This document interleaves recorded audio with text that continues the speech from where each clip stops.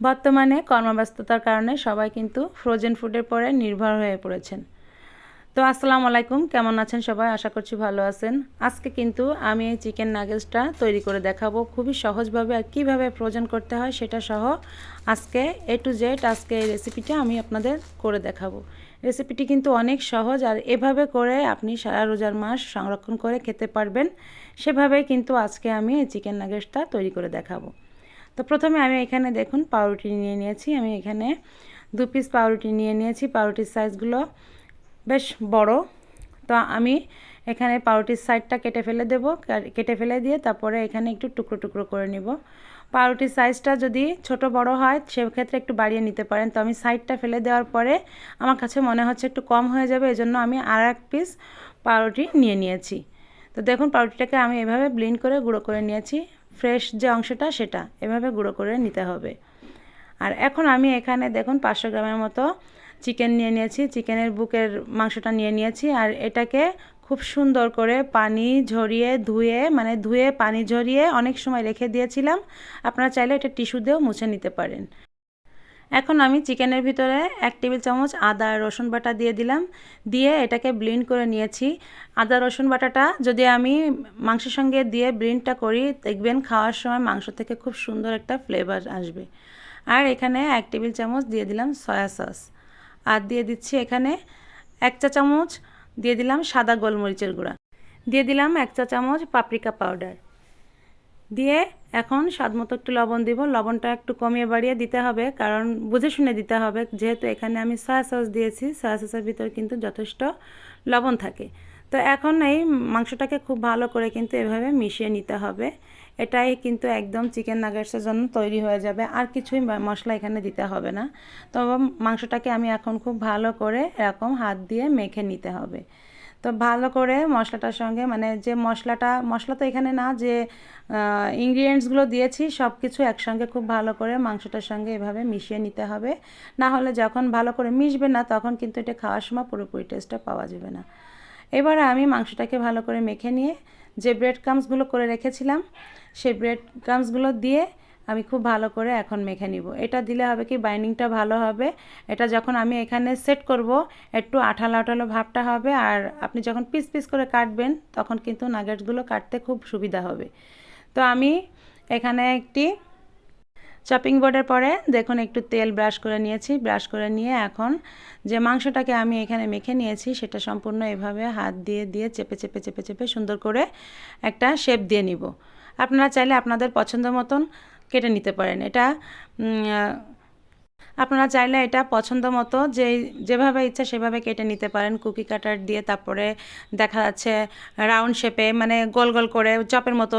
তবে আমার কাছে মনে হয় কি যে চিকেন নাগেটসগুলো চৌকা শেপ করে, মানে স্কোয়ার শেপ কাটলে ভালো লাগে, দেখতেও ভালো লাগে, এবং যে জিনিস দেখতে ভালো লাগবে সে জিনিস খেতেও ভালো লাগবে। তো দেখুন আমি এইভাবে স্কোয়ার শেপগুলো দিয়ে নিলাম। আর এই অবস্থায় এইভাবে পিসগুলো উঠিয়ে আপনারা চাইলে আধা ঘন্টা নর্মাল ফ্রিজে রেখে দিবেন, তাহলে দেখবেন আরও সুন্দরভাবে সেট হয়ে যাবে। তো আমার হাতে সময় নেই, যার জন্য আমি এখনই তৈরি করছি। তো এখন আমি এখানে একটি ডিম, সামান্য একটু লবণ দিয়ে, আর সামান্য একটু সাদা গোলমরিচের গুঁড়া, আর একটু তরল দুধ দিয়ে এখন ডিমটাকে খুব ভালো করে ফেটে নিব। আর এটা ফেটে নিয়ে কিন্তু চিকেন নাগেটসগুলো এর ভিতরে ডিপ করতে হবে। তো এখন আমি এটাকে খুব ভালো করে ফেটে নিয়েছি। ফেটে নেওয়ার পরে চিকেন নাগেটসগুলো এক এক করে আমি এখানে দিয়ে, মানে ডিপ করতে হবে। তো এটা খুবই সহজ। আর এইভাবেই ডিপ করে তারপরে আমি এখানে ব্রেড ক্রাম্বস বা আপনারা অরেঞ্জ ক্রাম্বস যে কোনো কিছুর ভিতরে দিয়ে আপনারা এটা কিন্তু কোট করতে পারেন। তো আমি আজকে এখানে অরেঞ্জ ক্রাম্ব দিয়ে করব, যার জন্য অরেঞ্জ ক্রাম্ব নিয়ে নিয়েছি। আর এক এক করে এখান থেকে যে ডিপ করা যে মাংসগুলো এইটা উঠিয়ে তারপরে দেখেন এইভাবে খুব সুন্দর করে, মানে কোট করে করে উঠিয়ে নেব। আর এই অবস্থায় কিন্তু আপনারা ফ্রোজেন করতে পারেন। এটা চাইলে আপনারা সংরক্ষণ করে যতদিন পারবেন ততদিন রেখে কিন্তু খেতে পারবেন। তো এই অবস্থায় কিন্তু সংরক্ষণ করতে হবে। তো আমি এই যে এক এক করে সব কটা এভাবেই কোট করে করে নিয়েছি। দেখুন কতগুলো হয়েছে। আর আমি একসঙ্গে সব কিছু ভাজবো না, কারণ এতগুলো দরকার হবে না, যার জন্য আমি আজকে ফ্রোজেন করাটা আপনাদের দেখিয়ে দিচ্ছি। এইগুলো এখন আমি কিন্তু কিছু ফ্রোজেন করে রেখে দিব। তো আপনারা চাইলে এয়ারটাইট বক্সে এভাবে রেখে দিতে পারবেন। তো আমি কিছুটা উঠিয়ে রাখছি আর কিছুটা ভেজে দেখাবো।